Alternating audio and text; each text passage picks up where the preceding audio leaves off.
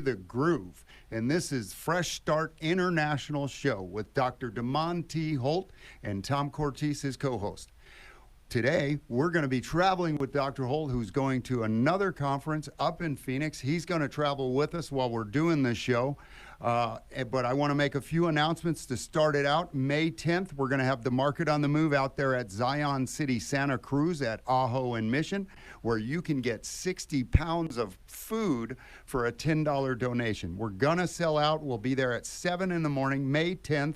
Okay, 60 pounds for $10, Ajo and Mission at Zion City Church, right there in that community center, right there. Okay, now May 17th for the Fresh Start Clinic at Goodwill of Southern Arizona, and Dr. Holt's going to speak more about this at 1940 East Silver Lake from 9 a.m. to 2 in the afternoon. We are going to have resources out there. We'll have housing out there. We'll have jobs out there. We'll have behavioral health out there. But more importantly, we're going to have quash warrants out there. We're going to have a judge out there that is going to be able to quash warrants and take care of fines in the misdemeanor courts. So you need to get out there, and you need to get out there early. And I want to bring Dr. Holt in so that he can tap into this, because these little clinics have been extraordinary for us to be able to reach more people than we do just in October. Dr. Holt, come on in. Hey, everybody. Can y'all hear me pretty good? Good. All right, awesome. Yes, thank you, Tom, for all the work you do as far as going out, being our ambassador, getting the word out about Fresh Start, where we believe that everybody deserves a new beginning. Amen. And so we excited for another episode of Fresh Start as our listeners are tuning in this Saturday morning at 106 The Groove. Listen, the Empowerment Clinic is going down May 17th at 9 a.m. to 1 p.m. It's warrant day at the Goodwill. We're going to have our justice courts and our city courts dealing with misdemeanor issues only. Let me say it again. Yeah. Dealing with misdemeanor issues only. We will not address anything that is felony related into the October event. But if you got pending warrants or issues that are misdemeanors with either the city courts of Tucson or the Pima County Justice Courts, then we want to be able to help you. So again, we just want to make it clear. We're not doing filling your records at this event. We are not doing set-asides at this event. We're not doing restoration of voters' rights at this event. Those are all felony issues that will be addressed on October at the TCC later on this year in the fall. But again, the Fresh Start Empowerment Clinic, warrant day.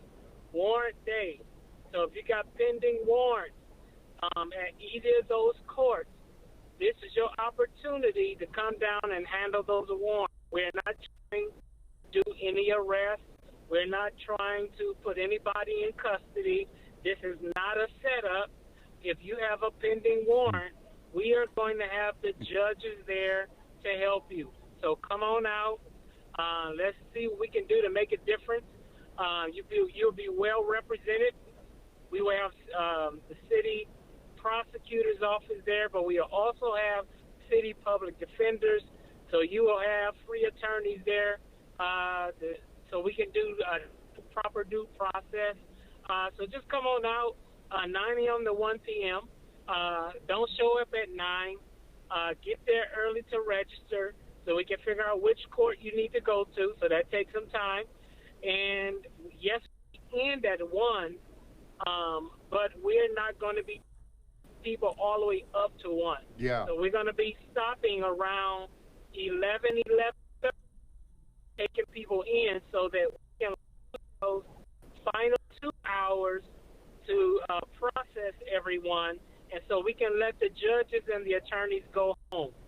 So whenever time we have these events, please remember on Saturdays, these officials are volunteering their time. They are not getting overtime. They are not getting double time to serve the community. So it's very admirable to have our judges and our attorney officials to come out and do this work and volunteer their time. With that said, We want them to get out at a good time. So anytime Dr. Holt asks, hey, can we do another Fresh Start Empowerment Clinic, they'd be more than happy to do that because it didn't really cost them so much and it was long and drawn out.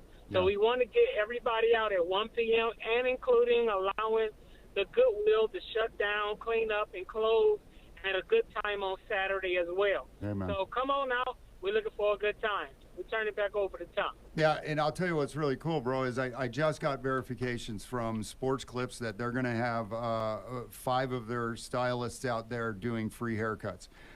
Just got verification from DKA that they're going to be bringing clothes out there. So anybody that needs clothes for an interview or anything like that, you know, they'll be out there with a few sets of clothes for each individual that needs that. People, as soon as we start to do an event, people want to be part of the event. They're asking for flyers when we're just thinking about doing an event, and because we want to get the word out. Because you know what, we're reaching a population that previously was unreached, and previously we had no way to get to them. And now because we are going through so many different avenues. Dr. Holt just set me free in the city and said, you know, go to the prisons, go to the jails, go where the people are that need the resources that we have for them, and bring them. You know, and I think that's very cool. It's very gospel-like, you know, that we go out and we bring people in order to give them a future that they never believed that they could possibly have prior to knowing Fresh Start. And like Dr. Holt was just saying, no arrest event. This isn't a trick. It's not an okey doke. It's none of those things. Here's the really cool thing is nobody believes us. Nobody believes us. And then they come to the event and then they go through the process. And what happens, bro? They come out of that room with their jaws hanging open saying, oh my God, I did not believe they would do this. Yeah. And we get emotional. Yeah, most definitely. You know, we're here to put in the work. We're here to make a difference. We know that, and we're thankful for all the other organizations that we're not competing with organization. We like to be more inclusive. We like to make sure that we're celebrating all the other reentry programs, such as many others who's in housing, employment, who's on probation. You know, we salute everybody, and we're just better together, man. Like, you know, we're not fighting against anybody. You know, we don't talk down on no other organization. We try to partner when there's an alignment to this need, helping our brothers and sisters who's been incarcerated or justice impacted. It's too big for one organization. Yeah. It takes all of us as an incarceration type of a re-entry or recidivism, restorative justice village to be able to help people from a holistic approach. And as a trauma doctor, there's a big alignment. Just speaking at the opioid symposium conference yesterday. Wow.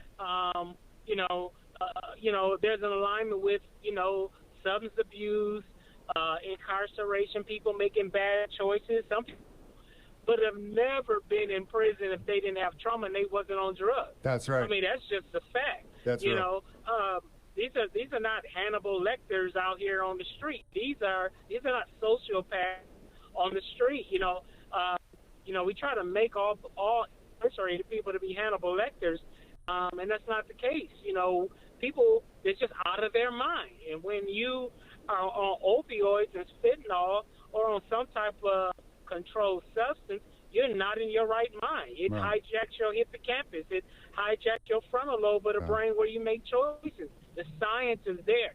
So trauma is a big issue when we are talking about these issues. And some people would have never been in prison. Some kids would have never been in the juvenile detention center if they didn't have unresolved childhood trauma. Yeah, absolutely, bro. And you know, I know because that is me. And when you talk about it, it's like my life. And it comes down to value. And we need to make sure that people feel valued. We do the orientations every Tuesday out at the state prison and at the state prison. And here's another cool thing as a side note. the Bureau of Prisons, the Federal Bureau of Prisons had made a specific volunteer position for Fresh Start International to be able to come into the prison because of the value that they hold on what Fresh Start brings to the table. And bro, that's incredible. And now we have people talking to us about the trauma and about being able to address those issues while people are locked up, about being able to address those issues at halfway houses, upon release at the parole center. I mean, these are all things that that I dreamed about for many years while in prison. I know Dr. Holt thought about doing these things his entire life when he decided to invest his life in serving people that have experienced trauma. And I mean, you can add to that, bro. Yeah, and you know, just this thought I want you to think about, Tom, when I'm building this trauma resilient framework for our nation. So right now, I'm building this framework that's taking a lot of it's moving by storm right now. Everybody's trying to welcome my framework in, and the title is Trauma Resilient Wellness: 8 Pillars of Making Trauma Resilient Communities. And one of the big takeaways of building trauma resilient communities, just think about this, and you can think about this in spaces, is that if we heal the root, we will automatically grow resilient fruit. Wow, bro. We heal the root, right? Because I created a trauma resilient wellness wheel. Yeah. And a wellness wheel have the 8 pillars of resilience. And in the middle is this flourishing tree. And everyone said, why is the tree, you know, in the center of the wheel? And I was like, well, it's because if we can get the roots of the tree, it's amazing what the resilient fruit will look like. Come on. You know, heal roots create resilient fruit. Hey, man. Isn't that amazing? Yeah, that's yeah, powerful, bro. Yeah, go ahead. Yeah, I mean, the roots. What's the roots? We have roots that go so deep in our traumas that we can't grow out of them until we address them.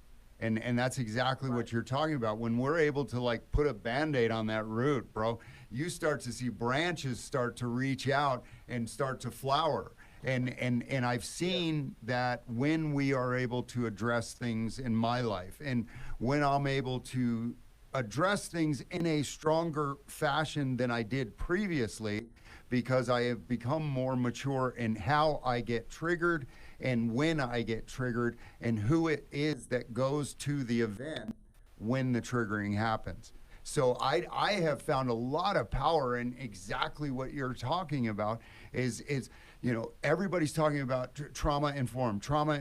We all know that 90+% of the people in the world have experienced trauma. Right? But what do I do at that point? And if I have compound and complex traumas, man, what do I do at that point? I'm informed, but where do I go from here? Now, 8 pillars, if I have some place to go, I don't know what the 8 are, bro, but I know there's a number of different areas that have to be addressed by us who have experienced compound and complex traumas. And I'm sure you probably touch on all of them. But go. And just you know, just to give you a few of the 8, you know, one, and they all are our pillars. So one is talking about recognition, recognize what the trauma is. So that'd be more on the trauma-informed side, actually recognizing what does trauma do to communities and families and institutions. And then another R is talking about restoration. There should be a restorative justice piece in regards to building and fostering resilient communities. And let's be honest, some traumas will never heal if there's no justice tied to it. That's right. That's so real, bro, because you can't let go. You can't, right? And it's hard. You know, reframing is another. Like, how do we reframe this? Another one is obviously resilience as part of the pillar. But then there's also another part called revolution, which means that we have to start shifting legislation. We have to start shifting policy. We had to start looking more, creating more of a trauma resilient policy. How do we galvanize communities? How do we galvanize our political leaders to start looking at that?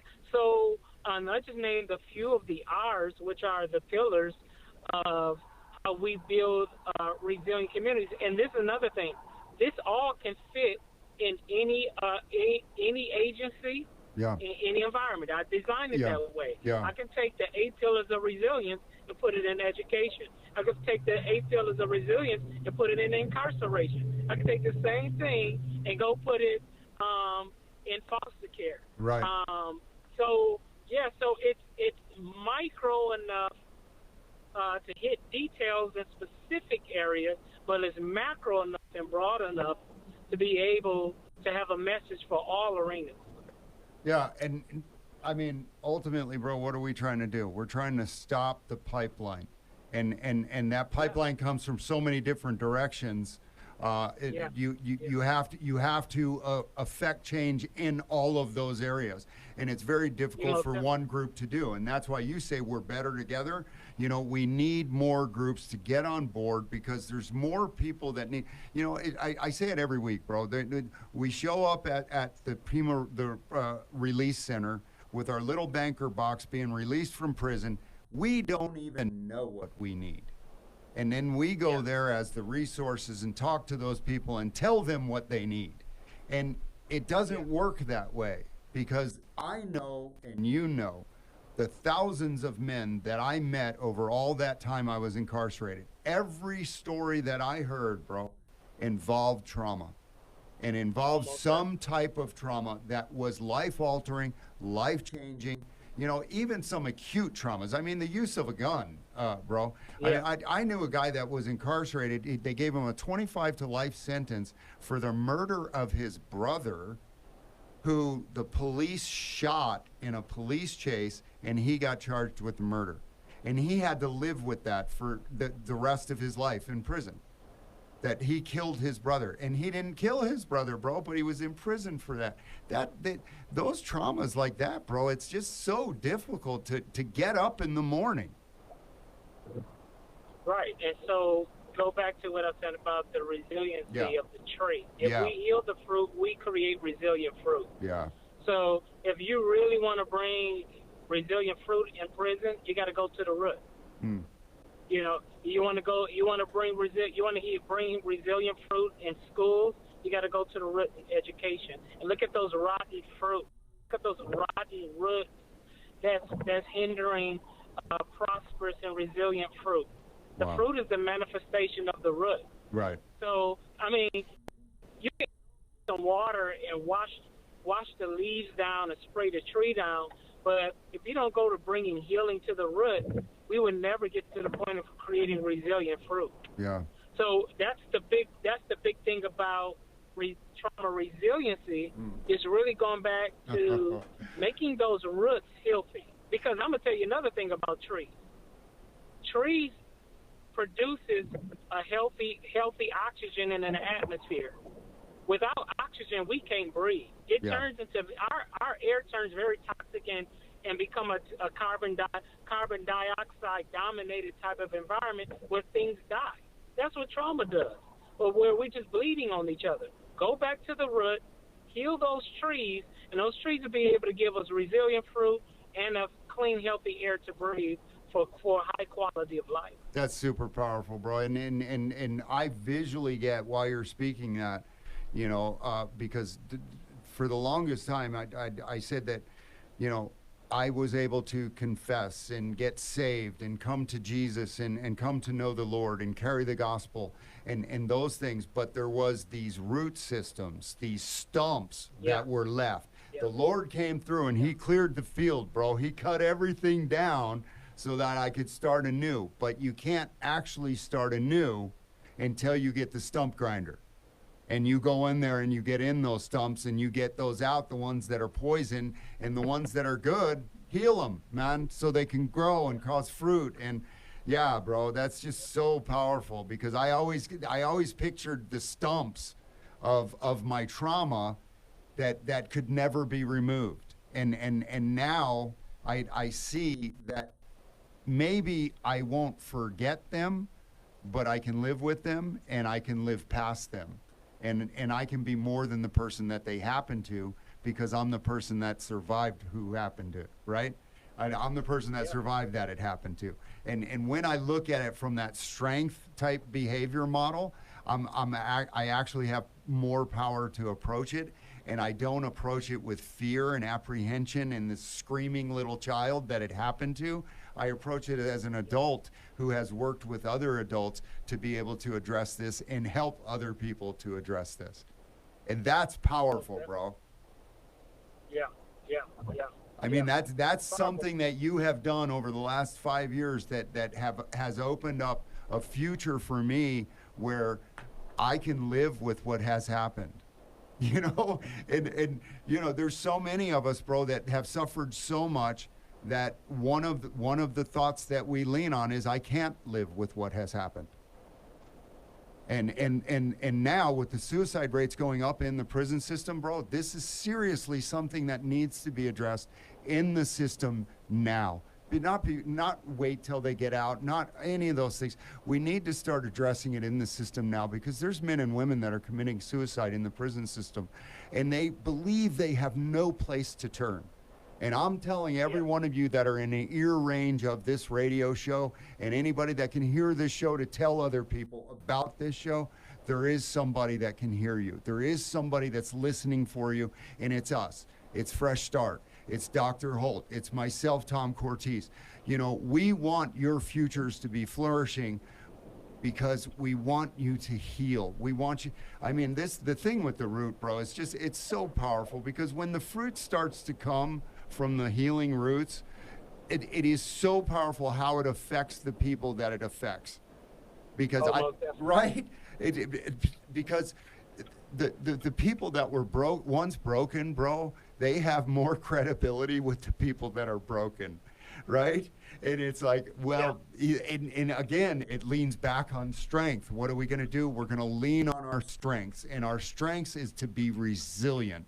Our strength is depend on what we are built upon, the foundation that we have, which is a good one. I mean, I had good parents, bro. And so, I mean, it had nothing to do with that, you know? Traumas happen to anybody. You can be a rich person, poor person, big person, small person. You are going to experience trauma. How you address that is what's going to happen. And Dr. Holt has a way of addressing that I believe is revolutionary, and I believe it's absolutely essential in this society now. Come on, bro. Yeah, man, it's so, you know, I can't see a clock. I'm driving, so. Yeah, we got like 2 minutes left. Oh, awesome. Listen, guys, we really are very thankful for all of our partners, thankful for all of those who are tuning in to the show. Thank you for your support. We always hear every Saturday, 7:30 at 106 The Groove. And make sure you take advantage of the market and the move. You know, you just can't beat with eggs is high, produce is high, to get pounds and pounds of food for $10. I mean, you can't beat that. The Empowerment Clinic's coming up on the 17th, Market on the Move on the 10th. So take advantage of all of those type of opportunities, you know, to make a difference. And so I would just close. I'll turn it over to Tom. You know, don't give up. Don't keep fighting. You know, outcomes will work out for you good if you just continue to keep pressing on. Don't take no for an answer. Rejection is nothing but a God direction. Amen, bro. Thank you so much. Be safe, brother, and keep it up, man, because you're touching lives and you're changing lives, and you're not just touching and changing the lives of the people that are in earshot of what you're saying. You're touching the people that they take what you're saying to. And to me, that's very cool. When people that work in the juvenile system and they come back and they tell you, I use this at home with my family, not just here at work. That is a powerful program, bro, that will change lives. Thank you for joining us this Saturday. Please come out to Fresh Start Market on the Move next week. We believe that a mistake should be a life lesson and not a life sentence. So please come out May 17th and get your warrants quashed so you don't have to look over your shoulder. God bless each and every one of you. Have a good day and a fresh start.